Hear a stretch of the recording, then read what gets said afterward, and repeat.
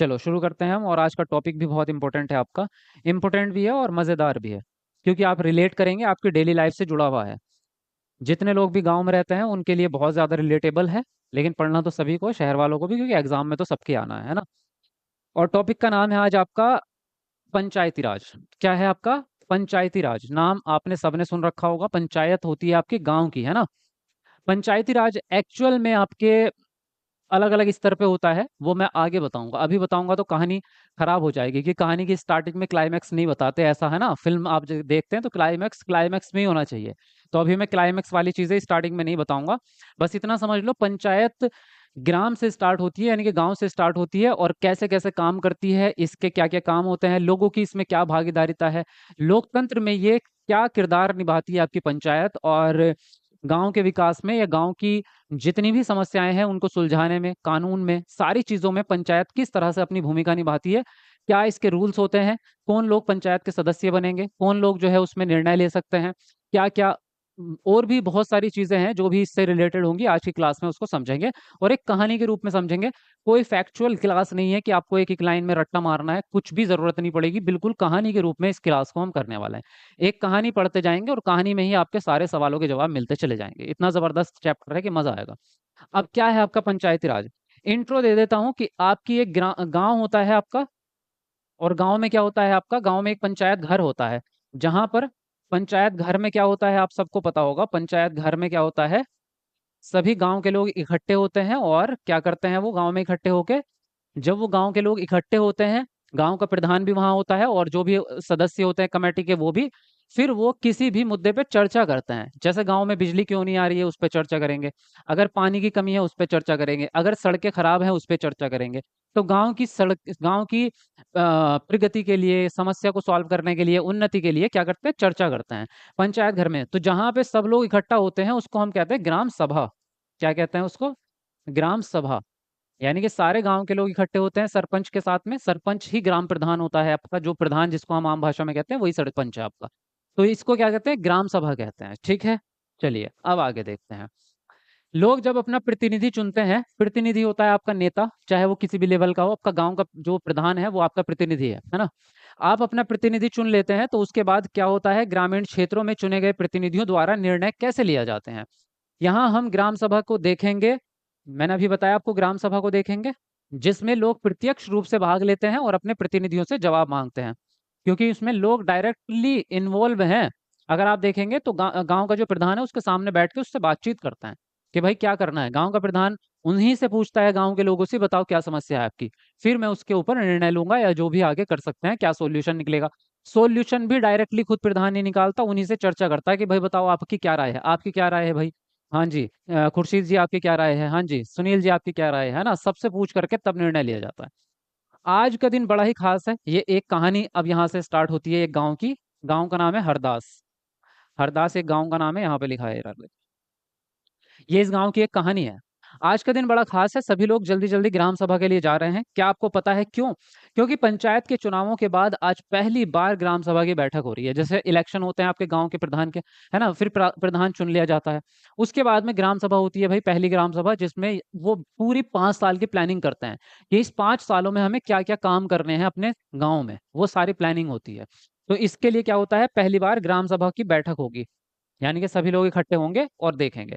हरदास गांव के लोग ये जानने के लिए बड़े उत्सुक हैं कि नई पंचायत ने उनके लिए क्या योजना बनाई है, अगले 5 सालों के लिए क्या योजना बनाई है। सभी जानना चाहते हैं भाई, प्रधान को चुनेंगे जब उसके बाद में। ठीक है, चलिए आगे आते हैं। जी क्या कह रहे हो आप? समस्याओं का समाधान, शाइन सिस्टर, अच्छा जी। जी फिर भी आप सर से पूछ लीजिए, क्या पूछना चाह रहे हैं? सर आपकी वजह से मेरा सीटेट पेपर 2 में 105 नंबर आए हैं, thank you sir, lots of love from Assam. Taslima Begum, पाँच कितने? 105 नंबर, वेरी गुड, अच्छे नंबर है, कॉन्ग्रेचुलेशन, बहुत बढ़िया।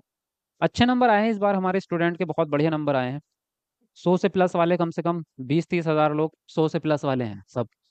तो अच्छा रिजल्ट रहा हमारा इस बार का। बाकी अगली बार का कोशिश रहेगी कि इससे भी बड़ा रिजल्ट निकालेंगे, क्योंकि अब आप अभी से लग गए ना, पिछली बार भी थोड़ा लेट स्टूडेंट्स ने ज्वाइन किया था, तो इसमें भी मुझे दिक्कत होती है कि कम समय में सिलेबस खत्म करना और कम समय में अंडरस्टैंडिंग बनाना थोड़ा सा मुश्किल काम हो जाता है। अभी जैसे आप लोग अभी से लग गए पढ़ाई में, मैंने आपसे कहा था तो आपने बात मान ली। तो अब से जो हम तैयारी कर रहे हैं, इनका स्कोर 105 नहीं, इनका तो 125 जाएगा सीधा। मैं अभी भी बता रहा हूँ 125 जाएगा, क्योंकि जो लोग अभी से तैयारी करेंगे उनके अंडरस्टैंडिंग लेवल अलग ही होगा, और बेसिक से हम तैयारी कर रहे हैं, बहुत मजा आएगा, है ना। देखो, अब बात करेंगे ग्राम सभा क्या है और कैसे काम करती है। ग्राम सभा की बैठक की शुरुआत में सरपंच और पंच ने सड़क की मरम्मत पर होने वाली होने वाले खर्च का ब्यौरा दिया। सबसे पहले जो सरपंच थे, सरपंच होता है आपका प्रधान, और पंच जो होते हैं ना, ये होते हैं प्रधान के कमेटी के सदस्य। एक प्रधान भी अपनी एक समिति रखता है कि अब मेरे पास जो है 4-5 लोग रहते हैं, वो होते हैं पंच आपके। ठीक है। सड़क की मरम्मत पर होने वाला खर्च का ब्यौरा दिया कि आपकी जो सड़क बनेगी उसमें इतना खर्च होगा। ये सड़क गांव की मुख्य सड़क से जोड़ेगी गांव को, है ना, जो मेन हाईवे होगा उससे जोड़ देगी। इसके बाद पानी की कमी पर चर्चा होने लगी। गांव में रहने वाले तिजिया ने बोलना शुरू किया, हरदास गांव में पानी की बड़ी कमी है। पानी की कमी से जो है वो समस्या बढ़ गई है। हैंडपंप में पानी जमीन से बहुत नीचे चला गया है, वाटर लेवल नीचे जा रहा है, गर्मी बढ़ रही है तो वाटर लेवल नीचे जा रहा है। मुश्किल से हैंडपंप से थोड़ा पानी आता है, बहुत ज्यादा नहीं आता, और औरतों को 3 किलोमीटर दूर सुरू नदी से पानी लेने के लिए जाना पड़ता है। तो ये एक बड़ी समस्या है जो रखी गई किसके सामने, ग्राम प्रधान के यानी कि सरपंच के सामने इस व्यक्ति ने रखी। और सबकी तरफ से, वो अकेला नहीं है, वो जो समस्या रख रहा है वो पूरे गांव की समस्या है, तो उसने उनके सामने रखी। अब देखते हैं आगे क्या बोला। एक सदस्य ने सुझाव दिया इस बारे में कि सुरू नदी का पानी पाइप से लाकर गांव में एक बड़ी सी टंकी में भर देते हैं। उसने कहा कि जो नदी है भाई आपकी, वहां से एक पाइपलाइन बिछाते हैं और उस पानी जो आ जाएगा, और यहाँ पे गांव में एक टैंक बना लेते हैं बड़ा सा, उसमें भर देंगे, फिर उससे निकाल के सभी गांव वाले अपने अपने घर में पानी ले जा सकते हैं आराम से, है ना। सुझाव तो अच्छा था, लेकिन क्या हुआ, उससे पानी की आपूर्ति, लेकिन दूसरे लोगों को लगा कि ये बहुत बड़ा महंगा है, ये पाइपलाइन बिछाना बड़ा महंगा पड़ जाएगा भाई, 3 किलोमीटर पाइपलाइन बिछाना, इसमें तो लाखों रुपए खर्च हो जाएंगे, है ना। तो ये भी बड़ी दिक्कत है। उन्होंने कहा कि इस साल के लिए हैंडपंप और गहरे कर लेते हैं, मतलब जो हैंडपंप है उसकी गहराई थोड़ी सी 10 फीट और नीचे पहुंचा देते हैं उसको, तो हमारे पानी का काम चल जाएगा। और जो कुएं हैं उनको साफ कर लेते हैं, उससे क्या होगा, कुएं साफ करने से बारिश का पानी भी आएगा उसमें, और जो वाटर लेवल है वो भी उसमें हम उसका इस्तेमाल कर सकते हैं। तीजिया ने कहा, तीजिया जो सबसे पहले जिसने सवाल उठाया, कि इतने से तो काम नहीं चलेगा, हमें कुछ पक्की व्यवस्था करनी पड़ेगी भाई। हर साल पानी का स्तर नीचे ही गिरता जा रहा है। अगर हमने अभी ये काम कर भी लिया, मान लो कि हम चलो वाटर लेवल के लिए नल थोड़ा सा नीचे कर लेते हैं, अगले साल और पानी का स्तर गिर जाएगा नीचे, तो हमें फिर दोबारा खर्च लगाना पड़ेगा। और ये जो पानी के स्तर के लिए जो खर्च लगेगा नल को गहरा करने में, वो गांव की जनता का ही लगेगा। तो हम बार बार पैसा खर्च करने की बजाय कुछ ऐसा काम करो जो एक बार में समस्या सॉल्व हो जाए और अगले कई सालों तक हमें समस्या ना आए, ऐसा कुछ किया जाए। जितना पानी जमीन में रिस के जाता है, हम उससे ज्यादा उपयोग नहीं कर पाते उसका, क्योंकि वाटर लेवल नीचे जा रहा है। ठीक है, ये बड़ी समस्या थी इनके सामने। तो ग्राम सभा के एक दूसरे सदस्य अनवर ने सबको बताया कि उसने महाराष्ट्र के एक गांव में पानी संरक्षण के नए तरीके देखे हैं। और महाराष्ट्र में उसका दोस्त रहता है जहां पे वो घूमने गया था, तो उसने वहां पे एक नए तरीके का काम देखा, जो वाटर को यानी कि पानी को इकट्ठा करने के लिए वो संरक्षण के लिए एक तरीके अपना रहे हैं। क्या, वह गांव में अपने भाई से मिलने गया था, तब उसने जल संवर्धन विकास कार्यक्रम, जिसको वाटरशेड कहते हैं, उसने सुना था कि सरकार ने इसके लिए पैसा भी दिया है उसको, गांव वालों को। उसके भाई के गांव के लोगों ने पेड़ लगाए थे, और नालों पर चेक डैम, जो छोटे छोटे बांध होते हैं वो लगाए थे, और टंकियां बनाई थी। तो जो नाले, जैसे बारिश बारिश का जो पानी आता है, उस पानी को रोकने के लिए उन्होंने बीच बीच में क्या, पहले तो उन्होंने नाले बनाए, ताकि बारिश का जो पानी इकट्ठा होकर के वो नाली में जाए, और वहां से जब पानी बह के आएगा, रास्ते में उन्होंने डैम बना लिए। डैम ऐसे वाले नहीं जैसे नदी पे बनते हैं, अलग तरीके के डैम हो सकते हैं। अगर पास में आपने एक बड़ा सा कुआं टाइप का बना लिया, वो भी कह सकते हैं। डैम का मतलब है पानी को इकट्ठा करना रोक के, बस इतना काम। तो उसके अलावा इन्होंने पेड़ भी लगाए। पेड़ से क्या होगा, बारिश भी बढ़ेगी, और पेड़ आपकी नमी को रोक के रखते हैं, यानी वाटर लेवल को गिरने नहीं देते। पेड़ का ये भी काम है कि वाटर लेवल ज्यादा नीचे नहीं जाता, क्योंकि पानी होल्ड करता है मिट्टी में पेड़। तो ये तरीके अपनाए। सबको अनवर का ये विचार बहुत बढ़िया लगा, क्योंकि ये विचार लॉन्ग टर्म का है। ये लॉन्ग टर्म का है, पेड़ जितने बड़े होते रहेंगे उतना ज्यादा फायदा होता रहेगा। तो सबने ग्राम पंचायत को इसके बारे में पता करने के लिए कहा कि भाई पता लगाओ ये कैसे हम इसको लागू कर सकते हैं और इस काम को पूरा कर सकते हैं। ठीक है, यहाँ तक की कहानी आपको समझ में आ रही है। आगे देखते हैं भाई। ग्राम सभा क्या होती है। ग्राम सभा यही होती है कि गांव के लोग सभी इकट्ठे होते हैं, और जो सरपंच होता है वो भी इकट्ठे होते हैं, और मिल करके वो गांव की समस्याओं पर डिस्कशन करते हैं। ग्राम सभा की बैठक में अब तक कौन सी समस्याओं पर चर्चा हो चुकी है, उसके बारे में किस तरह से हल सुझाए गए हैं, ये आपसे ही एक रिवीजन के तौर पे कर रहे हैं। अभी उन्होंने सबसे पहले पानी की समस्या के बारे में बात की है ना, और कौन सी समस्या के बारे में बात की थी उन्होंने? उन्होंने जो है सड़क बनाने के खर्च के बारे में बात की थी, है ना, कि कितना खर्च लगेगा। ग्राम सभा में चर्चा चर्चा के लिए अगला मुद्दा था गरीबी रेखा से नीचे आने वाले लोगों की सूची पर स्वीकृति लेना।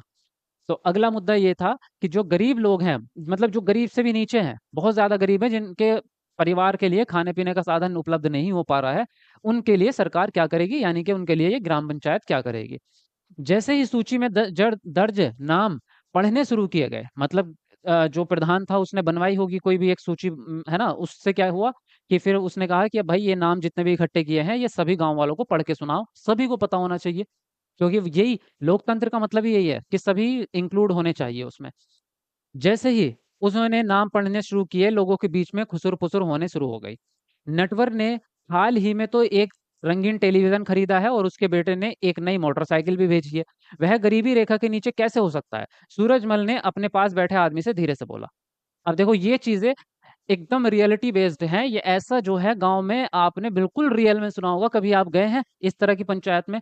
चलो एक तो पंचायत ये होती है ग्राम सभा वाली, उसके अलावा भी छोटी-मोटी पंचायतें लगती है, कोई गाँव में कुछ हो जाता है ना?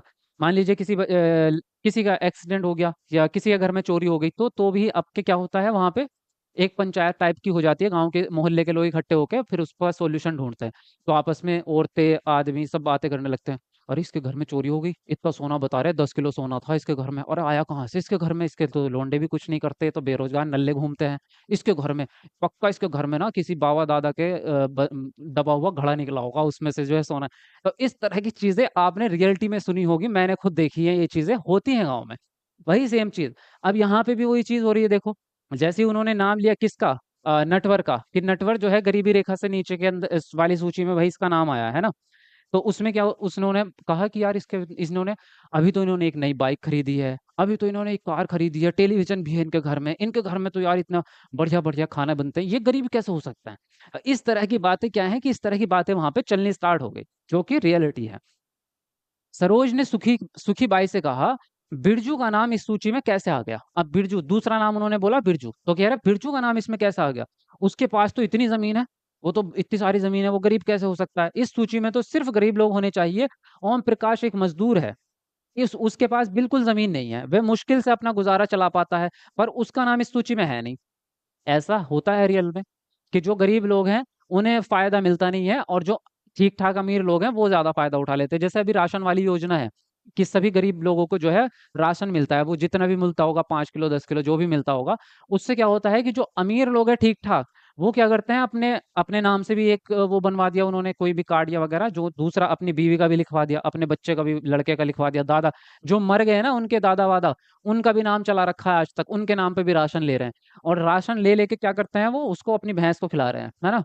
तो या उसको जो है इकट्ठा करके फिर बाहर बेच देते हैं महँगे दाम में। तो इस तरह से वो जो काम कर रहे हैं और जो असल में गरीब हैं उनको मिलता नहीं है क्योंकि उनके सोर्स नहीं है। उनकी बात सुनी नहीं जाती, उनकी बात की कोई वैल्यू नहीं होती। तो ये राजनीति इस प्रकार की भेदभाव जो है ये हो रहे हैं, अभी रियलिटी में भी है। तो इन पे भी क्या काम करेगी पंचायत ही, ग्राम पंचायत जो है वही इसमें जो है एक्शन लेगी। 1 मिनट आपकी कमेंट देख लूँ? कुछ पूछ तो नहीं रहे हो? सर कॉमेडी अच्छा करते हैं। अबे मैं कॉमेडी नहीं कर रहा हूँ भाई साहब।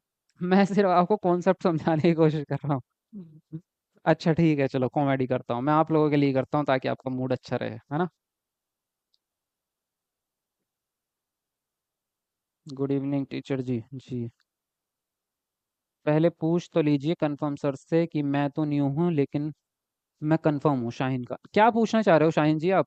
अभी आपका मैंने पहले भी कमेंट देखा था कि ऐसा ही होता है गाँव में, हमने देखा है। जी। चलिए आगे देखते हैं आगे क्या है। अच्छा वीडियो को लाइक तो करते रहो भाई। चलो 300 लाइक होने वाले, 3-4 लाइक बच रहे। ज़रा एक बार कमेंट को नीचे करके सब लोग वीडियो को लाइक कर दो। बहुत मस्त क्लास है तो लाइक बनता है ना, लाइक तो करो यार इतनी मेहनत से। ये सब पता है कितनी मेहनत लगती है बनाने में, फिर आपको समझाने के लिए, बहुत अच्छी क्लास है। तो लाइक करो सब लोग। देखो फिर आगे क्या होता है, जब इन्होंने देखा कि भाई ये जो व्यक्ति था, क्या नाम था इसका, कहाँ गया ये नाम? ओम प्रकाश। ओम प्रकाश जो था ये गरीब आदमी था, मज़दूर था और इसका नाम सूची में नहीं है, है ना? सुखीबाई ने कहा, तुम्हें तो पता ही है कि नटवर और बिरजू अमीर चंद के खास हैं। अमीर चंद, ये अमीर चंद कौन है? जमींदार है। अमीर चंद के दोस्त हैं। अब अमीर चंद को कौन कुछ बोल सकता है? अमीर चंद पहले गांव का जमींदार हुआ करता था और अब भी बहुत सारी जमीन का मालिक है, लेकिन हमें ओम प्रकाश का नाम तो सूची में डलवाना ही चाहिए, है ना? वो कह रहे हैं कि भाई इसका फायदा होना चाहिए, ये गरीब आदमी है, ये इसके पास कोई काम धंधा भी नहीं है ना। तो अब देखो यही है, अमीर चंद क्या है? बड़ा आदमी है। उससे जिसकी जिसकी दोस्ती है वो उसके पास जाएंगे, यार सर हमारा भी काम करवाओ यार, वो कहे चल ठीक है यार, छोड़ तेरा काम हो जाएगा, नाम लिख के चला जा अपना। प्रधान से वो बात करेगा, प्रधान जी इसका नाम लिख दो। प्रधान मना नहीं कर सकता। प्रधान कहेगा क्या कि देखो गरीबों के लिए है ये योजना, ये आपकी दोस्ती निभाने के लिए नहीं है। वो कहे बेटा तुझे प्रधान बनाया किसने? जैसा मैंने बोल दिया ना, जिधर को चाहूंगा हवा का रुख बोल दूंगा, है ना? एक बार जाके कम्युनिटी में बोल दिया ना तो दूसरे को प्रधान बना दूंगा, अभी 2 मिनट में खत्म है तेरा किस्सा। समझ रहे हो? तो जो ऐसे बड़े लोग होते हैं जिनकी बात चलती है गांव में, वो प्रधान को भी उनकी बात माननी पड़ती है, ऐसा होता है ना? लेकिन इसके भी सॉल्यूशंस हैं, अभी बात करेंगे आगे आगे। देखिए, पंचायत ग्राम पूरे गांव के हित में निष्पक्ष रूप से काम कर सके, इसमें ग्राम सभा का महत्वपूर्ण भूमिका होती है। क्या होती है? ग्राम सभा की इसमें महत्वपूर्ण भूमिका होती है। अगर लोग चाहें तो जिसे चाहे इंसाफ दिला सकते हैं, क्योंकि अगर उसकी जो अमीर चंद है, जो भी बड़ा कोई तानाशाह है, उसकी बात कब तक मानी जाएगी? जब तक उसकी बात लोग मान रहे हैं। अगर आम जनता जो है, जो गांव के लोग हैं, अगर वो इंसाफ के लिए खुद ही खड़े हो जाएं कि इंसाफ इसको मिलेगा तो मिलेगा, तो अब वो अमीर चंद क्या फकीर चंद भी कुछ नहीं कर सकता, है ना? कोई कुछ नहीं कर सकता उसमें फिर। अब वो जिसे चाहे उसे वोट देंगे, वो अपने आजाद पंछी हैं, है ना? अगर वो स्टैंड लें अपने लिए। तो ग्राम सभा की बड़ी भूमिका होती है, अगर ग्राम सभा में आने वाले लोग जो होते हैं वो अगर अपनी बात पर अटल रहें और सही रहें। ग्राम सभा की बैठक में ग्राम पंचायत अपनी योजनाएं लोगों के सामने रखती है। ग्राम सभा पंचायत को मनमाने ढंग से काम करने से रोक सकती है। साथ ही पैसे का दुरुपयोग और कोई गलत काम ना हो इसकी निगरानी भी करती है। कौन? ग्राम सभा, जो लोग इकट्ठे होते हैं वो लोग। इस तरह से ग्राम सभा चुने हुए प्रतिनिधियों पर नजर रखने और लोगों के प्रति उन्हें जिम्मेदार एवं जवाबदेह बनाने में बहुत ही महत्वपूर्ण भूमिका निभाती है। तो ग्राम सभा की महत्वपूर्णता आपको समझ में आ रही है? अगर ये ना हो, है ना, अगर ये नहीं होगी, ग्राम सभा वाला सीन ना हो, तो फिर प्रधान के मन में जो आएगा वो करते जाएगा, फिर उसको पूछने वाला कोई नहीं है ना? फिर सत्तावादी हो जाएगा। लेकिन अभी लोकतंत्र है। एक चीज और है कि ग्राम पंचायत लोकतंत्र का सबसे पहला चरण है। ग्राम पंचायत लोकतंत्र का सबसे वास्तविक और पहला चरण माना जाता है। ये मैं अपनी तरफ से नहीं कह रहा हूँ, ये एनसीईआरटी में लिखा हुआ भी है और ये एकदम सटीक मतलब फैक्ट है ये। कि शुरुआत कहाँ से होगी लोकतंत्र की? ग्राम पंचायत से होगी, क्योंकि वहां पे ग्रामीण जो लोग हैं, जो जनता है, आम जनता सीधी प्रशासन में सीधी दखल दे रही है और सीधा जवाब मांग रही है। तो लोकतंत्र का सबसे तगड़ा सिस्टम तो ये है। प्रधानमंत्री से डायरेक्ट थोड़ी जवाब मांगोगे, कैसे मांगोगे? उसके लिए बहुत सारे प्रोसेस लगते हैं, लेटर लिखना पड़ता है, वगैरह वगैरह, सूचना पहुंचानी पड़ती है।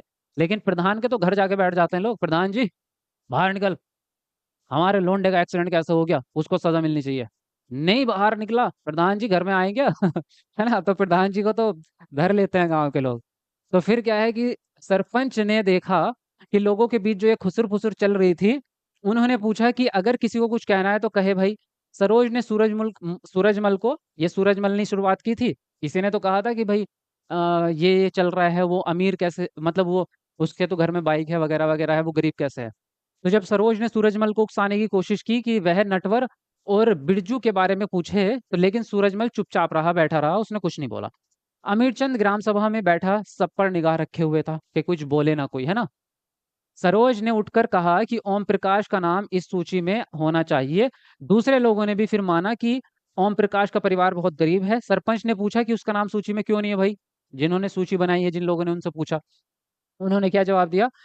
कि जिस व्यक्ति ने गरीबी रेखा के नीचे आने वाले परिवारों की सूच सर्वेक्षण किया था, उसने बताया, मैं ओम प्रकाश के घर कई बार गया हूँ, पर हर बार वहां पर ताला लगा हुआ होता है और वह शायद कहीं काम ढूंढने के लिए गया हुआ था बाहर। सरपंच ने कहा कि ओम प्रकाश की पारिवारिक पारिवारिक आय देखी आपने, मतलब पता लगाया या नहीं लगाया? तो पता लगाओ, अगर कहीं बाहर भी गया है तो भाई उसका पता लगाओ कि बाहर कहाँ गया है, कहीं किसी को तो बता के गया होगा, है ना? तो इस तरह से जो है प्रधान जी अब पता लगवाएंगे, फिर आगे देखा जाएगा क्या होगा। चलिए आगे बढ़ेंगे। क्या कह रहे हो? गुरुजी मेरे बड़े पापा के बेटे ही प्रधान हैं। अच्छी बात है। बहुत बढ़िया। ऐसे मत बोलो टीचर जी, अच्छा जी। अरे मैं किसी को डायरेक्टली नहीं बोल रहा हूँ, ठीक है? मैं जो है सिर्फ एग्जाम्पल के तौर पे बोल रहा हूँ। अब ये प्रधान के बच्चे जितने भी यहाँ होंगे ये सब मेरे को कहेंगे कि हमारे पापा को हमारी मम्मी को बोल रहे हो। मैं किसी को डायरेक्टली किसी को नहीं बोल रहा हूँ, ठीक है? तो ज्यादा सीरियसली मतलब, देखो, ग्राम सभा में गरीबी रेखा के नीचे आने वाले परिवारों की जो सूची निर्धारित हो रही थी, क्या उसमें कोई गड़बड़ी थी? यदि हाँ, तो यह गड़बड़ी क्या थी? सरोज ने सूरजमल से बोलने के लिए कहा, फिर भी वह चुप रहा। क्यों रहा चुप? क्योंकि उसको डर था किसका? अमीर चंद का। क्या आपने ऐसी अन्य घटनाएं देखी है जहां लोग अपने लिए ही बोल नहीं पाते? आपके अनुसार ऐसा क्यों होता है? इंसान को बोलने से कौन सी चीज रोकती है? डर, है ना, मजबूरी, गरीबी, बस। और क्या है? यही चीजें हैं जो बोलने से रोक देती है। चलिए आगे देखते हैं। अब देखो ग्राम पंचायत। अभी हमने उसके बारे में तो देखा, ग्राम सभा क्या होती है। वैसे ग्राम पंचायत का कॉन्सेप्ट अब तक आपके दिमाग में आ गया होगा कि ग्राम पंचायत होती क्या है। एक गांव के लोगों के लिए एक सिस्टम है, और उस गांव में जितने भी लोग आते हैं, चाहे वो 2000 हो, 5000 हो, जितने भी लोग आएंगे उस गांव के अंदर, उन सभी के लिए जो सुविधाएं उपलब्ध कराना, उनकी समस्याओं को सुलझाना, उनके खाने पीने रोजगार की व्यवस्था करना, वो सारे काम जो है कौन करती है? ग्राम पंचायत करती है। ग्राम पंचायत में मुखिया कौन होता है? ग्राम प्रधान या सरपंच, है ना। ग्राम पंचायत का जो मुखिया होगा, मुखिया कौन होगा आपका? जिसको आप सरपंच कहते हैं ये किताबी भाषा में, लेकिन आपके यहाँ प्रधान बोलते होंगे, है ना, ग्राम प्रधान। तो ये कौन होता है? ये मुखिया होता है आपका ग्राम पंचायत का। ग्राम पंचायत की नियमित रूप से बैठक होती है। उसका मुख्य काम उसके क्षेत्र में आने वाले गांव में विकास कार्यक्रम लागू करना है। जैसा कि आपने देखा, ग्राम सभा ही पंचायत के काम को स्वीकृति देती है, तभी पंचायत अपना काम कर पाती है। जो ग्राम सभा है, जो सभी लोग जो है इकट्ठे होते हैं, जब सभी एक मुद्दे पर आके, एक डिसीजन पे आके सहमत हो जाते हैं कि हाँ भाई ये तरीका ठीक है। जैसे पानी वाली, एक अभी हमने पानी वाला समस्या की बात की थी, तो लास्ट में आके सभी ने एक निर्णय पर सहमति दी। पूरी ग्राम सभा ने सहमति दी कि हाँ भाई ये तरीका ठीक है, ये इस पे ओके करते हैं। तो तब जाके ही ग्राम पंचायत निर्णय ले पाती है, अपना काम शुरू कर पाती है। जब तक ग्राम सभा हाँ नहीं बोलेगी, तब तक ग्राम पंचायत भी काम नहीं कर पाएगी, है ना। तो ग्राम सभा का बड़ा रोल है।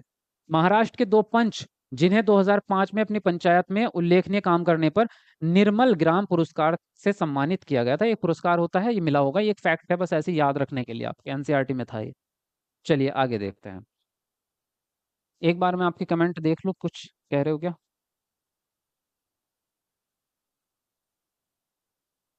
किस नाम से टेलीग्राम है? चैनल का नाम पूछ रहे हो तो यही जो चैनल का नाम है वही है। एनसीईआरटी पीडीएफ से अच्छा बुक ले लो एनसीईआरटी की। हाँ, बुक ले लो एनसीईआरटी की, आप उससे पढ़ सकते हो या ऑनलाइन भी पढ़ सकते हो आप। एसएसटी के सिलेबस में 6 to 8 एनसीईआरटी। राइट। चलो 400 लाइक्स होने वाले भाई, हमारे 10 लाइक बच रहे हैं। जरा एक बार सब लोग लाइक करो, सभी, नए पुराने सभी बच्चे, अच्छे बच्चों की तरह कमेंट को नीचे करके जल्दी से वीडियो को लाइक कर दो एक बार। देखो, ग्राम पंचायत के काम क्या होते हैं? ग्राम पंचायत के काम होते हैं सड़कें, नालियां, स्कूल, भवन, पानी के स्रोत और अन्य सार्वजनिक उपयोग के भवनों का निर्माण करना और रख रखाव करना। यानी कि जितनी भी चीजें बनाई जाएंगी, इमारत, जैसे कि कहीं पंचायत घर होता है, वो भी एक इमारत है। या स्कूल बनाया जाएगा, कोई सरकारी स्कूल, प्राइवेट वाला अलग सिस्टम है ना, उसका ध्यान रखना, उसमें कैसे काम चल रहा है उसका भी ध्यान रखना, वो सारा काम होगा ग्राम पंचायत का। स्थानीय कर लगाना और इकट्ठा करना। स्थानीय कर कई प्रकार के हो सकते हैं, ये जरूरी नहीं कि आपके संविधान में लिखे हुए हों। कुछ कर या कुछ चीजें ऐसी होती हैं जो पंचायत अपनी इच्छा अनुसार बनाती है अपने विकास के लिए। जैसे एक बैठक टाइप की एक वो होती है, एक सिस्टम होता है, सारे गांव में नहीं होता होगा, लेकिन अगर किसी ने देखा तो बताना, कि वहां पे क्या करते हैं, जब फसल की कटाई होती है, जब फसल जैसे गेहूं या धान की जब कटाई होती है, तो उसमें से कुछ हिस्सा, कि भाई एक परिवार पर 5 किलो, 10 किलो या 20 किलो का अनाज जो है आप पंचायत को देंगे, और उस अनाज को इकट्ठा करके उससे हम क्या करेंगे, उसको बेचकर पंचायत के विकास में लगाएंगे। जो भी बड़ी समस्या होगी या जो भी चीजें होंगी, सभी का भरण पोषण करने के लिए उससे। तो ये एक कर होता है एक तरह का। इसी प्रकार के जैसे होम टैक्स होता है, जो घर होते हैं सभी गांव में, उन घरों से क्या लिया जाता है, घर का थोड़ा थोड़ा टैक्स लिया जाता है। वो बहुत मिनिमम ही होती हैं चीजें। इसी हिसाब से लगाया जाता है कि गरीब अमीर सभी लोग इसको कर सके। इस प्रकार की चीजें व्यवस्था होती है। ये चीजें गांव की इच्छा अनुसार होती है। लेकिन एक होता है बिजली का कर, लाइट बिल, वो अब गांव की इच्छा का नहीं है, वो सरकारी बिल है, वो सरकार के द्वारा ही लगाया गया है, तो वो सभी को देना पड़ेगा। तो कई प्रकार के इस तरह की चीजें होते हैं। लेकिन चाहे वो सरकारी कर हो, चाहे वो लोकतांत्रिक रूप से सरकारी कर हो, या फिर वो इच्छानुसार लगाया गया कर हो, तो वो जो इकट्ठा करना और उसको सही जगह पर इन्वेस्ट करना, अब कर इकट्ठा किया तो उसको सही जगह पे लगाना भी तो है। तो ये काम किसका होगा? ग्राम पंचायत का होगा। गांव के लोगों के लिए रोजगार देने संबंधी सरकारी योजनाएं लागू करना। सरकार जो योजनाएं बनाती है, सरकार क्या करेगी कि अपना एक लिखित रूप में या जो भी चीजें ब्यौरा एक तैयार करके वो भेज देती है सब जगह। पहले तो जिले में जाएगा वो, है ना, और जिले के बाद जो है वो फिर अलग अलग गाँवों में, पंचायतों में बढ़ता है। तो अब गांव के प्रधान की ये जिम्मेदारी होती है, यानी कि ग्राम पंचायत के मुखिया की जिम्मेदारी है कि वो पता लगाए कि क्या क्या सरकारी योजनाएं चल रही हैं। कई बार ऐसा होता है कि गांव के प्रधान को पता भी नहीं होता, योजना आई और खत्म भी हो गई, उस बेवकूफ को पता भी नहीं है फिर सॉरी भाई, मैं इस तरह का वर्ड कभी कभी दिमाग से आ जाता है। तो कभी कभी उसको पता भी नहीं चलता कि कोई बढ़िया योजना आई थी जिससे फायदा उठाया जा सकता था, इस प्रकार की कि गांव में पक्की नालियां बन रही हैं, और उन नालियों को बनाने का जो खर्चा है वो केंद्र सरकार दे रही है या राज्य सरकार दे रही है, लेकिन उसने पता ही नहीं लगाया। तो उसके पास जो है फिर बजट आएगा ही नहीं, उसका पैसा आएगा ही नहीं, और गांव का नुकसान हो गया। लेकिन अगर उसको पता होता तो वो अपना जाता वहां पर जिला पंचायत में, और वहां से जाके अपना अधिकार मांग के उसका पैसा सैंक्शन होता और वो गांव में लगा सकता था, है ना। तो इस तरह से जो है गांव का विकास के ध्यान में ग्राम पंचायत का ही हाथ होता है। तो ग्राम पंचायत के ये काम है भाई कि उसको ध्यान भी रखना है कि विकास हो रहा है या नहीं हो रहा। जो भी सरकारी योजनाएं आ रही है उनको लागू करना, उनका पता लगाना, ये सारे काम किसके हैं? ग्राम पंचायत के। अब ग्राम पंचायत की आमदनी के क्या स्रोत हैं? घरों एवं बाजारों पर लगाए जाने वाले कर से मिलने वाली राशि हो सकती है, जैसे कि मैंने अभी अभी बताया है आपको कि इस तरह के जो कर होते हैं ये जरूरी नहीं कि सरकारी कर हो, ये पंचायत अपनी इच्छा अनुसार भी बनाती है कुछ कर। और कुछ जो है कुछ टैक्स वैसे होते हैं सरकारी वाले। फिर विभिन्न सरकारी विभागों द्वारा चलाई गई योजनाओं की राशि जो जनपद एवं जिला पंचायत द्वारा आती है। तो जो राशि, जैसे कि कोई सरकारी योजना निकलती है, मान लीजिए स्कूलों के लिए, या ऐसा करते हैं कि गांव के लिए, जैसे अभी राशन वाली योजना है तो वो भी तो आपकी सरकारी योजना है एक तरह से, तो वो भी आपके ग्राम पंचायत की आमदनी का हिस्सा है। या फिर सड़कों का कोई वो निकला है कि मान लीजिए प्रधानमंत्री जी ने कोई योजना निकाली कि भाई हर गांव में पक्की सड़कें होनी चाहिए, तो उन पक्की सड़कों के लिए जो पैसा मिलेगा वो आपको जिला पंचायत से जाके आप उठाएंगे उस पैसे को, है ना। तो ये पैसा वहां से आप लाएंगे जिससे ग्राम पंचायत की आमदनी है ये, और अपनी ग्राम पंचायत में उससे अपना काम करवा सकते हैं आप। समुदाय के काम के लिए भी मिलने वाला दान होता है, मतलब समुदाय के लोग जो है वो अपनी इच्छा अनुसार पैसे या जो भी अनाज या जो भी चीजें देना चाहते हैं ग्राम पंचायत के लिए वो दे सकते हैं, है ना। तो ये इसके आमदनी के स्रोत होते हैं। लेकिन इसमें एक चीज और है जो सीटेट में पूछा गया था, तो इसलिए मैं बता देता हूँ कि जो इसका ग्राम पंचायत के सचिव हो या मुखिया हो या जो भी लोग होंगे ये, इनकी पर्सनल इनकम जो होती है वो ग्राम पंचायत की नहीं होती। मान लीजिए अगर एक व्यक्ति है जो गांव का प्रधान है, उसकी कोई दूसरी जगह पर क्या है, जमीन है जिसमें खेती होती है, उस खेती से जो इनकम हो रही है वो ग्राम पंचायत की नहीं है, वो गांव वाले नहीं छीन सकते, वो उसकी पर्सनल इनकम है जो अपने परिवार के लिए है उसकी। वो अपने परिवार के लिए उसका क्या कर सकता है, इस्तेमाल कर सकता है, वो इनकम ग्राम पंचायत के अंदर नहीं आती। उसी प्रकार से उसका कोई, उसने कोई हॉस्टल बनाया, मान लीजिए कोई बिल्डिंग है उसकी, प्राइवेट बिल्डिंग है जिससे उसका रेंट आता है, उससे जो रेंट की वाली जो पैसे आ रहे हैं वो ग्राम पंचायत के नहीं है, वो पैसे उसके पर्सनल हैं। उसके पैसे जो ग्राम पंचायत के पैसे होते हैं वो अलग हैं, और उसका पर्सनल जो चीजें हैं वो उसमें इंक्लूड नहीं होगा। ठीक है, इतनी बातें यहाँ तक की क्लियर है? चलिए आगे बढ़ेंगे। क्या कह रहे हो? गांव के लोग बहुत स्मार्ट होते हैं, लाखों करोड़ों की जमीन होती है फिर भी गरीब होते हैं। असद, लगता है शहरी बाबू हैं। अरे ओ शहरी बाबू है ना, शहरी बाबू हैं इसलिए गांव वालों को ऐसा बोल रहे हो। जिसको बार बार प्रधान बनना होता है वो बहुत अच्छे से काम करते हैं। यस, बिल्कुल राइट बात है भाई, जिसको दोबारा बनना है तो अच्छा काम करेगा तभी बनेगा दोबारा। अगर अच्छा काम नहीं करेगा तो लोग दोबारा नहीं चुनेंगे उसको, है ना। मनरेगा में ग्रामीण लोगों का काम, आप बता नहीं रहे कि कब कब लाइव आते हैं? लाइव 7 बजे, ये जो क्लास चल रही है 7 बजे की, उसके बाद 9 बजे आपकी सीडीपी की क्लास होगी, ठीक है। अभी तो यही चल रही है, बाकी जो और अभी क्लास स्टार्ट होंगी उसका टाइमिंग मैं आपको बताते रहूंगा साथ साथ, है ना। चलिए आगे बढ़ते हैं। बाकी वीडियो को लाइक कर दो। और क्लासेस आपकी सारी ही चलेंगी सब्जेक्ट वाइज, मतलब सिलेबस वाइज चलेंगी। एक एक टॉपिक को पहले थ्योरी पढ़ाऊंगा मैं आपको, उसके बाद में हम करेंगे प्रैक्टिस, है ना, क्वेश्चंस की प्रैक्टिस। जो प्रीवियस ईयर क्वेश्चन पेपर भी सॉल्व करने वाले हैं। तो आप लगातार बस क्लासेस करते जाओ, बाकी मेरे पे छोड़ दो, मैं आपको कैसे सिलेबस कवर करवाऊंगा, कैसे कैसे, वो मेरे पे छोड़ो, मैं अपने हिसाब से कराऊंगा, आप सिर्फ क्लास देखते रहो, आपकी तैयारी बेहतरीन होगी, ठीक है। देखो, कुछ राज्यों में ग्राम सभाएं काम करवाने के लिए समितियां बनाती है। समिति मतलब कमेटी। कमेटी होती है एक, कुछ सदस्य मिलकर जो है एक ग्रुप बनाते हैं, एक समूह होता है कुल मिला के, तो 10-15 लोग होते हैं उसमें, या 12 हो या 10 हो, जितने भी होंगे, एक समिति बनाएगी। ताकि अकेला आदमी, जैसे गांव गांव का प्रधान है, तो कई बार ऐसा होता है अकेला आदमी सारे काम संभाल नहीं पाता या सारे डिसीजन नहीं ले पाता, तो वो राय मशवरा करने के लिए या अलग अलग क्षेत्रों में उनको भेजने के लिए, मान लीजिए गांव के प्रधान है कोई, वो यहाँ पे कोई काम चल रहा है आज, किसी का कोई समस्या है, उसको सॉल्व करने में लगा है, लेकिन उसी एट द टाइम गांव में कोई दूसरी समस्या हो गई, तो गांव का प्रधान वहां नहीं जा सकता, तो वो अपनी समिति के दूसरे लोगों को भेज सकता है वहां की, भाई वहां जाके देखो जरा क्या चल रहा है वहां पे। इसलिए समिति का बड़ा काम होता है। उदाहरण के लिए निर्माण समिति, यानी कि ये निर्माण मतलब जो भी चीजें बनेंगी, मान लीजिए गांव में एक सामुदायिक केंद्र का भवन बनवाना है, तो यह काम निर्माण समिति करेगी। इन समितियों में कुछ सदस्य ग्राम सभा के होते हैं और कुछ पंचायत के होते हैं। ये दोनों मिलकर गांव के विकास के लिए काम करते हैं। चलिए देखते हैं कि हरदास गांव ग्राम पंचायत ने क्या क्या काम किया। तो जैसे कि यहाँ पे बात समझ में आई, समिति में सरपंच होता है और उसके कुछ पंच होते हैं, यानी कि उसी के जो लोग होते हैं, प्रधान के दायां हाथ बायां हाथ, इधर वाला हाथ आगे वाला हाथ पीछे वाला हाथ, है ना। तो ये लोग होते हैं।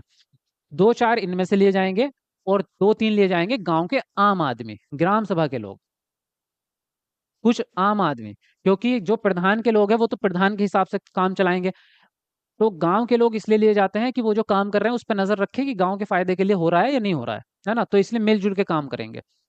हरदास गांव की ग्राम सभा में पानी की समस्या को सुलझाने के लिए जो विकल्प दिए गए थे, क्या वे आपको याद हैं? जब हरदास ग्राम पंचायत की बैठक हुई, तो कुछ पंचों ने इस मुद्दे को दोबारा उठाया, और इस बैठक में सरपंच, पंच और सचिव उपस्थित थे। आगे देखते हैं क्या हुआ।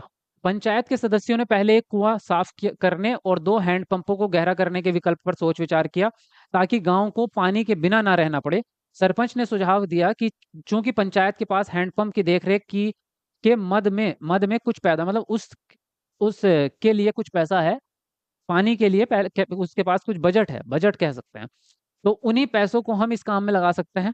इस पर सभी सदस्य मान गए और सचिव ने उनके निर्णय को रजिस्टर में दर्ज कर लिया कि ठीक है, जो पैसा है फिलहाल के लिए भी कुछ जो नल होते हैं ना, सरकारी नल, हैंडपंप, कुछ नलों को ठीक कर दो, यानी कि उनका स्तर गहरा कर दो ताकि पानी आ सके, तो उसको गहराई तक। और बाद में जो हमारी ये लॉन्ग टर्म वाली योजना थी, पेड़ लगाना, नालियां बनवाना और उसमें डैम बनवाना, तो ये चीज जो है उसमें थोड़ा टाइम लगेगा, हो सकता है 6 महीने लग जाए, तो 6 महीने तक थोड़ा बिना पानी के गाँव रहेगा। तो इसलिए उन्होंने कहा कि अभी के लिए कुछ हैंडपंप बनवा दो, सही करवा दो, और वो काम चलता रहेगा। तो दोनों प्रकार से हम समस्या को संभाल सकते हैं। ठीक है, इतनी बात समझ में आई यहाँ तक की? आगे बढ़ते हैं। अच्छा, मजा आ रहा है नहीं आज की कहानी में आपको? जरा बताओ कमेंट करके। सर लेट हो गई आज मैं, कोई बात नहीं, चलो अब हो गए तो। हेलो सर, मैं ग्रेजुएशन और बीएड दोनों साइंस स्ट्रीम से किया है, और सीटेट पेपर 2 में एसएसटी चूज किया था और पास भी हो गया। क्या मैं टीआरई 4 के लिए एलिजिबल हूँ? Please help me. एलिजिबल तो हो जाओगे, लेकिन ये कहीं ना कहीं तुम्हें दिक्कत देगा जब आपका वेरिफिकेशन होगा।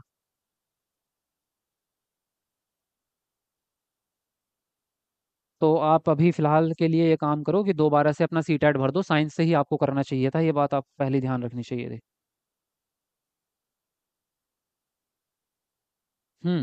क्या कहना है? मेरे पापा अच्छा काम नहीं किए, इजीली दोबारा नहीं बन पाए।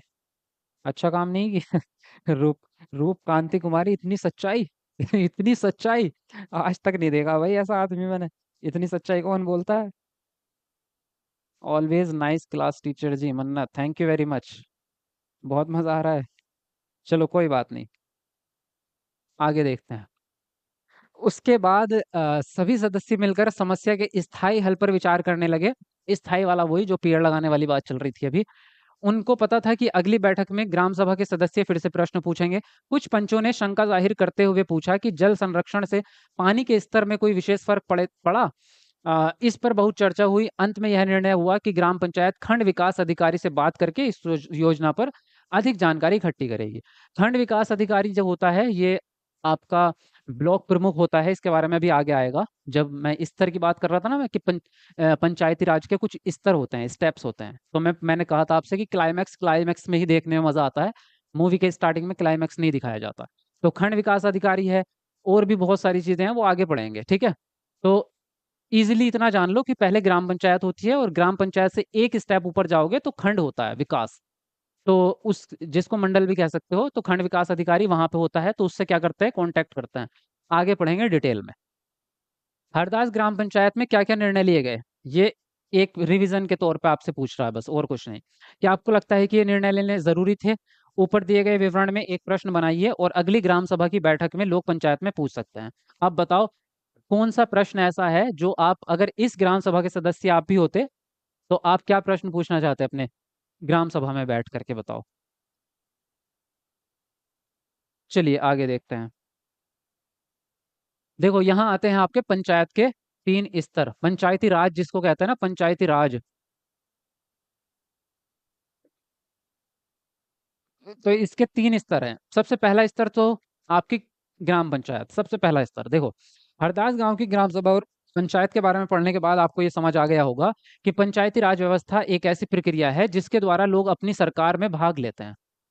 अपनी, मतलब इसलिए कहा था ना मैंने कि लोकतंत्र का सबसे पहला चरण और सबसे ज्यादा एक्टिव चरण यही है आपका, लोकतंत्र का। क्योंकि इसमें जो लोग हैं ना, आम जनता, वो डायरेक्टली डिसीजन में इन्वॉल्व है। गांव के प्रधान के साथ बातचीत करके डिसीजन लिए जा रहे हैं। तो इतनी ज्यादा एक्टिव, इतनी ज्यादा इंक्लूड कहीं दूसरे स्तर पे नहीं हो सकती। तो ये क्या है, ग्रामीण क्षेत्रों में ग्राम पंचायत जो होती है वो लोकतांत्रिक सरकार का पहला स्तर है। लोकतांत्रिक सरकार का पहला स्तर है ग्राम पंचायत। ग्राम पंचायत ग्राम सभा के प्रति जवाबदेह होती है, क्योंकि ग्राम सभा के लोग ही उन्हें चुनते हैं।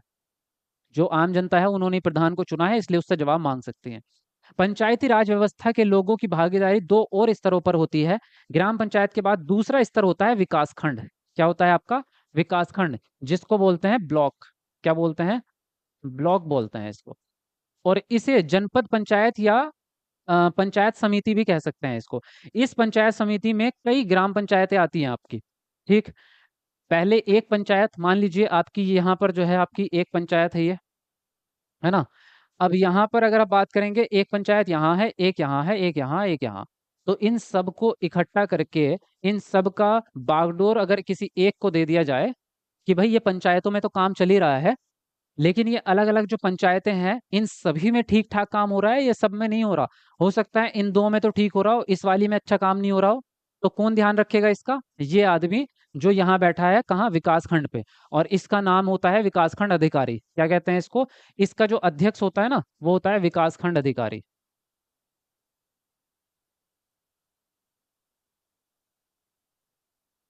और इसको हम कहते हैं, क्या कहते हैं इसको? BDO। फुल फॉर्म है इसकी, ब्लॉक डेवलपमेंट ऑफिसर। क्या है इसकी फुल फॉर्म? यहां से इधर को पहुंचा दूं, ब्लॉक डेवलपमेंट ऑफिसर। तो अभी हमने पिछले वाले पैराग्राफ में पढ़ा था ना कि किसके पास जा रहे थे वो लोग। देखो इसमें, कि ग्राम पंचायत खंड विकास अधिकारी के पास जाएगी और उससे बात करेगी कि योजना, जो हम योजना लागू कर रहे हैं, उसके लिए हमें सरकार से कितना पैसा मिल सकता है। और उसके बारे में सारी जानकारी इकट्ठा करके, गांव वाले के हस्ताक्षर लेके, एक ब्यौरा तैयार करके उनके पास जाते हैं। किसके पास? खंड विकास अधिकारी के पास जाता है। क्योंकि ग्राम पंचायत के बाद कौन आ रहा है? ये सारी ग्राम पंचायत किसके पास जाएंगी? यहाँ पर जाएंगी, किसके पास? BDO के पास जाएगी, विकास खंड अधिकारी के पास जाएगी, ठीक है। ब्लॉक डेवलपमेंट ऑफिसर के पास जाएगी। ये हुआ दूसरा स्तर, पहला ग्राम पंचायत, फिर आपका खंड विकास आ गया। अब तीसरा स्तर है आपका जिला पंचायत। क्या है? तीसरा स्तर है आपका जिला पंचायत, जिसको जिला परिषद भी कह सकते हैं आप, ठीक है। डिस्ट्रिक्ट वाली पंचायत है आपकी। ये तीसरा स्तर है। जिला परिषद एक जिले के स्तर पर विकास की योजनाएं बनाते हैं। पंचायत समिति की मदद से जिला परिषद सभी पंचायतों में आवंटित राशि के वितरण की व्यवस्था करता है। तो अभी क्या हुआ, ये छोटी छोटी पंचायतें थी, तो पांच छह पंचायत के जितने भी पंचायत मिलके आपका क्या बना? एक एक बना आपका विकास खंड। अब विकास खंड आपके, मान लीजिए एक यहाँ, एक यहाँ, एक यहाँ, एक यहाँ, एक यहाँ, ये सारे विकास खंड किसके अंदर आ जाएंगे आपके? ये आ जाएंगे जिले के अंदर। एक जिले के अंदर बहुत सारे विकास खंड हो सकते हैं। तो जिला पंचायत आती है फिर तीसरे नंबर पे। अब ये जो जिला पंचायत है आपकी तीसरे नंबर पे, इसका जो अध्यक्ष होता है उसको यही बोलते हैं, क्या बोलते हैं, जिलाध्यक्ष बोलते हैं उसको, है ना। और इसको आम भाषा में चेयरमैन भी बोलते हैं इसको। और क्या बोलते हैं इसको, इसका और क्या नाम हो सकता है, जिला जिला परिषद अध्यक्ष ही बोलते हैं उसको, जिलाध्यक्ष बोलते हैं उसको। और चेयरमैन बोल सकते हैं उसको, और सीईओ बोलते हैं इसको, सीईओ। यानी कि आपका सीईओ होता है कार्यकारी अधिकारी, जिला कार्यकारी अधिकारी, जो कार्यक्रम की जानकारी रखता है कि पूरे जिले में जो योजनाएं लागू होगी वो कैसे संचालित होगी आपके उस चीज पे। ये वाला जो अधिकारी होता है ये आईएएस से अलग है। आपके दिमाग में कहीं ये ना है कि जो आईएएस है, जो कलेक्टर वाला जो हमारा रोल है, वही ये आदमी है या दूसरा है, ये दूसरा आदमी है। जो आईएएस होता है वो प्रशासनिक अधिकारी है, और वो चुना नहीं जाता, वो सेलेक्ट होता है अपना एग्जाम देके। वो सरकारी जॉब है, ये सरकारी पद है। ये सरकारी पद नहीं है, ये चुना जाता है। ये जो आपका जिला परिषद का अधिकारी होगा, ये चुना जाएगा। कई जगहों पे ऐसा है कि आम जनता के वोट किए जाते हैं तब चुना जाता है, और कई बार ऐसा होता है कि आम जनता वोट नहीं करती, इसमें कुछ मेंबर्स होते हैं, वो मेंबर ही उस आदमी को चुनते हैं। तो कई कई जगह ऐसा सिस्टम है कि मेंबर्स चुनते हैं, पंचायतों के आपके जो मेंबर होते हैं वो मेंबर चुनते हैं, और कई बार आम जनता ही वोट करके उसको चुनती है। तो ये अलग है। और जो आईएएस बनता है वो आपका क्या होता है, प्रशासनिक अधिकारी, नियम कानून लागू करने वाला। पूरी पुलिस व्यवस्था या जो राजनीति से पर्पज से प्रशासन कैसे लागू होगा उसके बारे में काम करता है। बाकी डिटेल्स बहुत ज्यादा यहाँ पे जानने की जरूरत नहीं है, वो उच्च स्तर की बात है, सीटेट में उतनी लंबी चौड़ी कहानी नहीं पूछता, ठीक है। तो यहाँ तक की कहानियां क्लियर हो गई जी आपकी। चलो आगे बढ़ते हैं, क्या कह रहे हो, आपके कमेंट भी देख लो एक बार, कभी कोई पूछ रहा हो कुछ।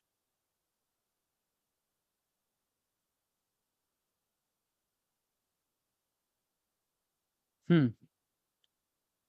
फिर तो नेक्स्ट टाइम देख लेंगे जो वीडियो बनने के लिए क्या करना होगा। चिंकू कुमारी तुम्हें बनना है, जाओ फिर लड़ो, अपना इलेक्शन की तैयारी करो।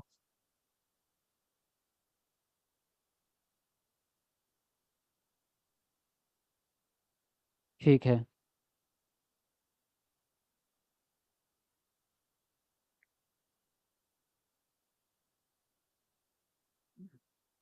जिला पंचायत अधिकारी अध्यक्ष बोलते हैं सर, मेरी माँ है। हाँ मैं भी तो वही बोल रहा हूँ, जिला पंचायत अध्यक्ष होता है। क्या है, शुभांगी सिंह, मुझे तो ऐसा लग रहा है सारे राजनीति वाले यहीं आ गए अब हैं। सारे सब स्टूडेंट जो है उनके घर से कोई ना कोई राजनीति में है। कोई जिला पंचायत के बच्चे हैं, कोई प्रधान जी के बच्चे हैं। चलो अच्छी बात है, मजा आया इस चीज को देख के। ग्रेजुएशन में साइकोलॉजी ऑनर्स थी, तो बीएड में कौन सा सब्जेक्ट लूं बता दीजिए। देखो आपकी इच्छा की बात है, बीएड में कोई कंपलसरी नहीं होता कि वही सब्जेक्ट लेना है जो ग्रेजुएशन में आपका, आप दूसरा सब्जेक्ट भी ले सकते हैं। तो बीएड के सब्जेक्ट नहीं पूछा जाता आपसे। बीएड का मेन मसला होता है कि आप बीएड जो पूछा जाता है आपका, उसका मेन सब्जेक्ट से इतना ज्यादा लेना देना है नहीं। बाकी अगर आपके पास साइकोलॉजी था तो उसमें दो सब्जेक्ट लो, एक साइकोलॉजी ले लो, एक दूसरा कोई एसएसटी या हिस्ट्री या किसी में से एक ले लो। दो सब्जेक्ट चुनने पड़ते हैं आपको में मोस्टली। चलो आगे देखते हैं क्या है। संविधान में दिए गए निर्देशों के आधार पर देश के हर राज्य ने पंचायत से जुड़े कानून बनाए हैं। इसलिए पंचायत संबंधी कानून हर राज्य में कुछ अलग अलग हो सकते हैं, है ना, थोड़े अलग अलग हो सकते हैं। इसके पीछे मुख्य विचार यही है कि अपने गांव की व्यवस्था में लोगों की भागीदारी बढ़े और उन्हें अपनी आवाज उठाने के लिए ज्यादा से ज्यादा मौका मिले। अपनी अध्यापिका से निवेदन करें कि कुछ किसी चुने हुए प्रतिनिधि जैसे पंच, सरपंच, जनपद या जिला परिषद के सदस्यों को कक्षा में आमंत्रित करके उनके काम और जिम्मेदारी से बातचीत करें। ये जो है वो एनसीईआरटी के अंदर बच्चों के लिए एक, बच्चों के साथ एक्टिविटी करने के लिए एक निर्देश दिया गया है, बस और कुछ नहीं है। चलिए ये तो आपकी यहाँ पर खत्म होता है, और यहाँ पर ये एक न्यूज़ के टाइप से है जिसको आप पढ़ सकते हैं। यहाँ पर एक खबर दी गई है, ये एनसीईआरटी में दी थी इसलिए मैंने खबर को डाल दिया, क्योंकि हो सकता है भाई एनसीईआरटी में से क्या पूछ ले सीटेट को खुद नहीं पता। एनसीईआर वो ये कह देगा एनसीईआरटी में ना, नीचे छोटे छोटे अक्षरों में पेज के नीचे एक बात लिखी गई थी, वहां से प्रश्न बना दिया। तो वो छोड़ता नहीं है, वो कह देगा एनसीईआरटी में है ये चीज। तो इसलिए भाई हर चीज को ध्यान में रखना ही पड़ता है। देखो ये क्या है आपका, चौफुला शिरूर सड़क पर एक गांव है निमोन नाम का। दूसरे गांव की तरह पिछले कई महीनों से इस गांव में भी पानी की कमी चल रही है। गांव वाले अपनी जरूरतों के लिए टैंकर भर रहे हैं, टैंकर पर निर्भर है, जो बाहर से आता है ना ट्रक के पीछे, वो ट्रैक्टर के पीछे एक गोल सा है ना, वो टैंकर होता है। इस गांव के भगवान महोदय लाड जो 35 साल के हैं, को 7 लोगों ने मिलकर डंडे और लोहे की छड़ से बहुत पीटा। इस घटना का पता चला पता तब चला जब कुछ लोगों ने बुरी तरह से घायल लार्ड को इलाज के लिए अस्पताल लेकर आए। पुलिस की रिपोर्ट में लार्ड ने लिखवाया कि उस पर हमला तब हुआ जब उसने टैंकर का पानी टंकी से भरने पर जोर दिया था। टंकी निमोन ग्राम पंचायत की जल आपूर्ति योजना के तहत बनवाई गई थी ताकि पानी का समान रूप से वितरण हो सके। परंतु लार्ड का आरोप था कि ऊंची जाति के लोग इस बात के खिलाफ थे, वे टैंकर के पानी पर दलित जातियों का अधिकार नहीं मानते थे। तो इसलिए उसको क्या किया, उसको जो है डंडे पीट से मारा और उसको घायल कर दिया। ये खबर है आपकी इंडियन एक्सप्रेस, एक न्यूज पेपर है इंडियन एक्सप्रेस, उसकी खबर है। और 1 मई 2004 की ये खबर है, तो ये खबर भी आप इसको ध्यान में रख सकते हैं, ठीक है। बाकी उसको क्यों पीटा गया ये आप बताओ।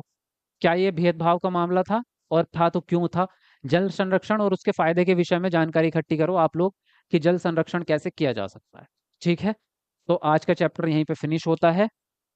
अगर किसी को कुछ पूछना है तो पूछ सकते हैं आप, बाकी वीडियो को लाइक कर दो जिन लोगों ने अभी तक नहीं किया है, तो अपनी इच्छा अनुसार फटाफट से एक बार वीडियो को लाइक कर दो। और बताओ कैसी लगी क्लास आज की, मज़ा आया कि नहीं आया।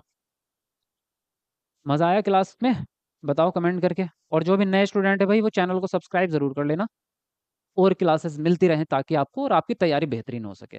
बाकी नोट्स मिलेंगे आपको ऐप पर, ऐप पे जाके जो भी नोट्स लेना चाहते हैं यहाँ से ले लो। SA teacher academy play store से डाउनलोड करो इसको। इस पे कल ऑफर निकाल देंगे एक, तो सभी लोग जो है उसका, ताकि सब लोगों को नोट्स मिल सके। तो मैं जो है कल नोट्स पे ऑफर निकाल देंगे, कल का मैंने डिसाइड किया था। कौन कौन लेना चाहता है नोट्स बताओ ज़रा कमेंट करके। निकालूं ऑफर कि नहीं निकालूं, अगर आप लोग कहोगे, आप ज़्यादातर लोग कि नोट्स लेने हैं, जितने भी नए स्टूडेंट हैं जिन्होंने नहीं ले रखे भी, तो बताओ अगर ऑफर निकालना है तो आप अगर नोट्स लेने के लिए इच्छुक हैं, तो मैं ऑफर निकाल दूंगा उस पर कल कल के लिए। और वो 2-3 घंटे के लिए होगा, उसके बीच में जो भी लेना चाहें ले सकते हैं। कौन सा टॉपिक चल रहा है। सिविक्स चल रहा था सर, अब तो खत्म हो गया। अब वीडियो को पीछे करके देख लो शुरू से। बहुत उम्दा क्लास सर। जी। SST के लिए कोई बुक बताइए। SST के लिए NCERT से बेस्ट कोई भी बुक नहीं है, NCERT पढ़ो। भूख लग रही है, अच्छा जी जाओ फिर खाना खाओ। Thank you so much sir, बेहतरीन class. Shaista Qureshi, Azimuddin amazing session. Yes sir. Ad आ गया मेरे फ़ोन में भी। हाँ जी। अच्छा यस सर आ रहा है आपका, मतलब आप चाहते हैं, मतलब अभी आपने नोट्स नहीं लिए, बहुत सारे लोगों ने नहीं लिए। चलो कल मैं ऑफर निकाल दूंगा इस पे, 50% ऑफर निकाल दूंगा। तो बाकी सब लोग कल ले लेना। 4 बजे ऑफर निकालेंगे, शाम को 4 बजे। तो ध्यान रखना, बाकी तब तक इसको डाउनलोड करके रख लो, है ना। कभी पता चल रहा आप तब तक डाउनलोड ही नहीं कर पा रहे, ऑफर निकल गया आपके हाथ से। तो इसको डाउनलोड करके रख लो सबके सब, ऐप को अपने फ़ोन में, और अपना फ़ोन नंबर डाल के इसको जो है, रहने दो। जैद अली बोल रहे हैं रहने दो, पहले ही ले चुके हैं ना। जैद अली पहले ही नोट्स ले चुके हैं, तो आप कह रहे हैं रहने दो। मतलब दूसरों का फायदा नहीं चाहते। हाँ जी। सीटेट जुलाई में, 15 मार्च बोनस का क्या हुआ। कुछ नहीं होगा भाई, अब चक्करों में मत पड़ो ज़्यादा।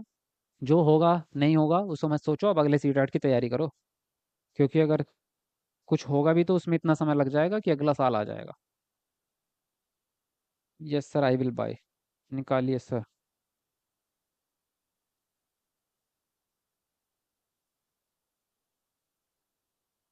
हाँ जी। इंग्लिश की क्लास कब से होगी। करेंगे, अभी कुछ दिन लगेगा भाई इंग्लिश की क्लास स्टार्ट होने में। हिंदी में है हाँ हिंदी में है नोट्स, नोट्स हिंदी में है।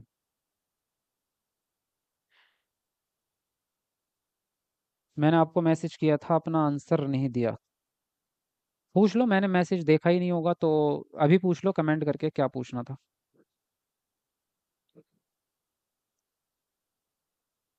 आपको भी ऐड पीछे नहीं छोड़ता, हाँ तो मेरे फ़ोन में भी तो आपके जैसा ही फ़ोन है ये भी। तो ऐड तो इसमें भी चलेगा। बाकी देखो ये सर्च कर लो जाके, सीटेट SST पेपर 2। तो कल वाली क्लास जिसने नहीं देखी वो आ जाएंगी आपके पास में, क्लास 1 भी और क्लास 2 भी, दोनों आ जाएंगी। क्लास 1 है, क्लास 2 है, क्लास 3 तो आप देख ही रहे हैं जो अभी चल रही है। 6 से 12 तक की NCERT आएगी नहीं, 6 से 8 तक की, 6, 7 और 8 3 क्लासों की NCERT आएगी। हिस्ट्री कब से होगा? हिस्ट्री करेंगे सिविक्स के बाद, पहले सिविक्स तो कंप्लीट कर लेते हैं, बाकी देखते हैं, अगर बीच में करना होगा तो बीच में ही कर लेंगे स्टार्ट। करवा देंगे, हिस्ट्री की अलग क्लास शुरू करवा देंगे, है ना। चलो, और कुछ?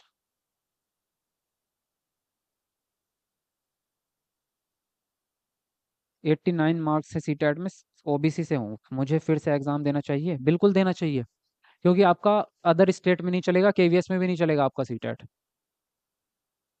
केवीएस में चल जाएगा, डीएसएसबी में नहीं चलेगा। लेकिन कर लो आप दोबारा से, क्योंकि 90 से ऊपर लाओ, क्योंकि अलग अलग स्टेट्स में भी वैकेंसी आती है, कई बार चांस मिलता है भाई। तो इसलिए आपके पास 90 प्लस वाला सीटेट होना चाहिए। आप जो पढ़ाते हैं उसका पीडीएफ कहाँ, क्यों नहीं देते हैं इसका पीडीएफ? इसका पीडीएफ आपको नहीं मिलता, आपको नोट्स वाला पीडीएफ मिलेगा बस। ये प्राइवेट चीज़ है, क्योंकि ये मैं रिलीज कर ही नहीं सकता, वरना दूसरे चैनल वाले चुरा लेंगे फिर उसको, है ना।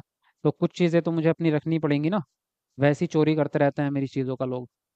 कभी कोई थंबनेल चुराता है, कभी कोई टाइटल चुराता है, कभी कोई कंटेंट चुराता है। परेशान करते हैं सब, क्योंकि मेहनत तो कोई करना नहीं चाहता। अब हम यूनिक ढूंढ के लाते हैं चीज़ें, और लोग उसका फ़ायदा उठाते हैं।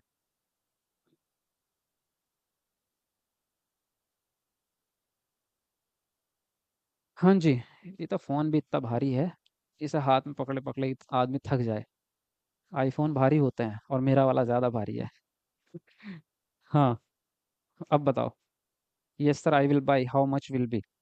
400 के हैं आपके नोट्स, लेकिन उस पर ऑफर निकलेगा तो कम के हो जाएंगे वो फिर। कल बताऊंगा कितना ऑफर निकालना है। मैथ के नोट्स नहीं है, मैथ के पेडागोजी के हैं, न्यूमेरिकल के नहीं है। न्यूमेरिकल के नोट्स बनते भी नहीं है, कोई फ़ायदा नहीं है न्यूमेरिकल के नोट्स बना के। वो तो जब तक आप सॉल्व नहीं करोगे तब तक समझ में नहीं आएगा। तो मैं मैथ आपको यहीं सॉल्व करवाऊंगा इस पर। ठीक है।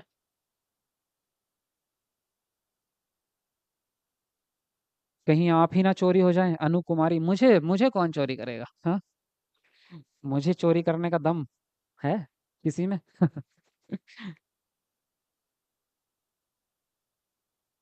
मेरा वाला हल्का है। अच्छा।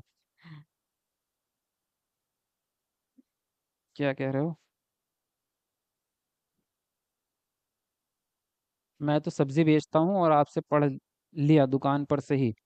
95? 95 मतलब नंबर 95 नंबर लाए हो, ये कहना चाहते हो? आगे तो पूरी बात लिख देते। लेकिन आप, बहुत अच्छी चीज़ है ये कि आप काम के साथ साथ इतनी मेहनत कर रहे हो, ये ग्रेटफुल है भाई, बहुत बढ़िया।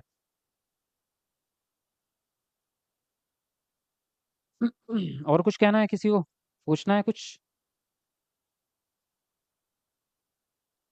कोई तो होगा। आपसे कांटेक्ट करना है प्लीज़। कांटेक्ट के लिए आपकी बहुत सारी चीज़ें हैं, इंस्टाग्राम है, इंस्टाग्राम दा शादाब आलम इंस्टाग्राम आईडी है मेरी, जो कि क्लास में भी लिखी रहती है। उसके अलावा फ़ोन नंबर है, कहाँ लिखूँ? व्हाट्सअप नंबर आप ले लो, व्हाट्सअप पे मैसेज कर सकते हो आप चाहो तो।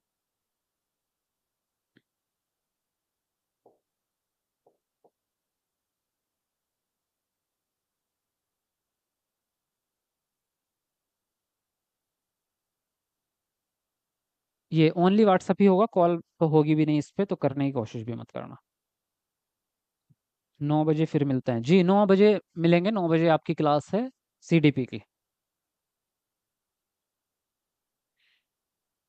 मुझे आपका क्लास ज्वाइन करना है, ऋषभ कुमार, तो चैनल को सब्सक्राइब कर लो, और बाकी टाइम टेबल है आपका 9 बजे का, 9 PM, और आपका 7 बजे, 7 PM।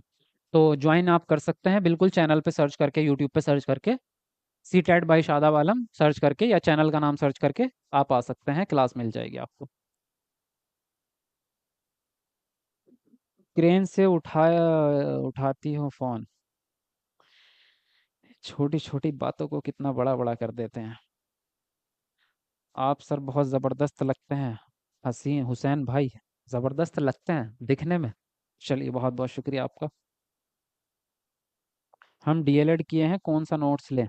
आप तो दोनों लीजिए फिर, डीएलएड वाले तो पेपर 1 पेपर 2 दोनों ही पढ़ेंगे, तो आप कॉम्बो वाला लो जिसमें दोनों ही हैं। जी। और कुछ? आपके नोट्स पढ़ रहे हैं, कोई बुक भी लेनी पड़ेगी? नहीं ना, बुक की कोई ज़रूरत नहीं है, क्लासेस करते रहो, नोट्स करते रहो, बस बुक की ज़रूरत नहीं पड़ेगी। सर आप बोलते हैं कि किसी को कुछ पूछना है पूछो, तो आप सुनते ही नहीं है। सुन रहा हूँ, मैं पढ़ रहा हूँ आपकी कमेंट, लेकिन सबकी एक साथ नहीं पढ़ सकता ना। अब एक एक करके तो पढ़ूंगा मैं, तो किसी की तो समझ में आ जाती, मतलब दिखती है, किसी के ऊपर भाग जाती है ऐसे, तो फिर दोबारा करना पड़ता है। पैराग्राफ भी करवाइए। पैराग्राफ अभी कराएंगे कुछ दिन के बाद, पैराग्राफ बाद में कराएंगे, पहले कॉन्सेप्ट चीज़ें समझ लो। पैराग्राफ तो आसान चीज़ है, वो तो बाद में भी हो जाएगी। जिस दिन ऑफर्स निकालते हैं उस दिन लाइव नहीं थी, सो पता ही नहीं चला। अच्छा, कोई बात नहीं, कल निकलेगा ऑफर, अब मैंने आपको बता दिया, अब याद रखना कल। हैंडसम है sir ji, Namrata Singh, thank you. आप मेरा कमेंट इग्नोर करते। इग्नोर नहीं करता भाई मैं किसी का, सबके दिख रहे हैं कमेंट मुझे। दिसंबर 2024 की सीटेट की न्यू बैच कब से स्टार्ट होगी? भाई ये न्यू ही है, जो चल रहा है आपका ये स्टार्ट हो चुका है, अब दूसरा नहीं होगा कभी आप सोचो कि 2 महीने बाद फिर से आपका बैच स्टार्ट होगा। यही है जो चल रहा है, स्टार्ट हो चुका है। थर्ड क्लास थी आज, सीडीपी की भी मेरे ख्याल से 8-10 क्लास हो गई हैं, अभी और सब्जेक्ट भी स्टार्ट हो रहे हैं। तो यही है, नया स्टार्ट हो गया, यही अभी से ही करो तैयारी शुरू। ठीक है, हम लोग बीएड कर रहे हैं, पूरी तैयारी होगा ना। बीएड की नहीं हो रही भाई तैयारी, तैयारी हो रही है सीटेट की। बीएड वाले ये मत कहना कि हमारा सिलेबस कंप्लीट करा दो, बीएड की नहीं है। आपकी सीटेट की तैयारी है ये। नोट्स किस लैंग्वेज में? हिंदी में है। नोट्स पीडीएफ में मिलेगा कि बुक में? पीडीएफ में, पीडीएफ में मिलेगा।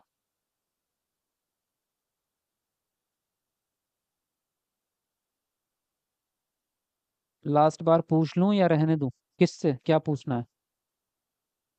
आप सलमान खान हैं? अच्छा जी, कोई बात नहीं, बट आपने किसी का वीडियो से बहुत हेल्प हो रही है। मैं चंडीगढ़ टीचर भर्ती की तैयारी कर रहा हूँ, सीटेट की भी। भूमिका, बढ़िया, बहुत बढ़िया। चलो ठीक है, काफ़ी बातें हो चुकी हैं, बाकी नेक्स्ट क्लास में बात करेंगे जो भी करनी है। तो मिलते हैं आपको नेक्स्ट क्लास में, तब तक के लिए बाय बाय, टेक केयर।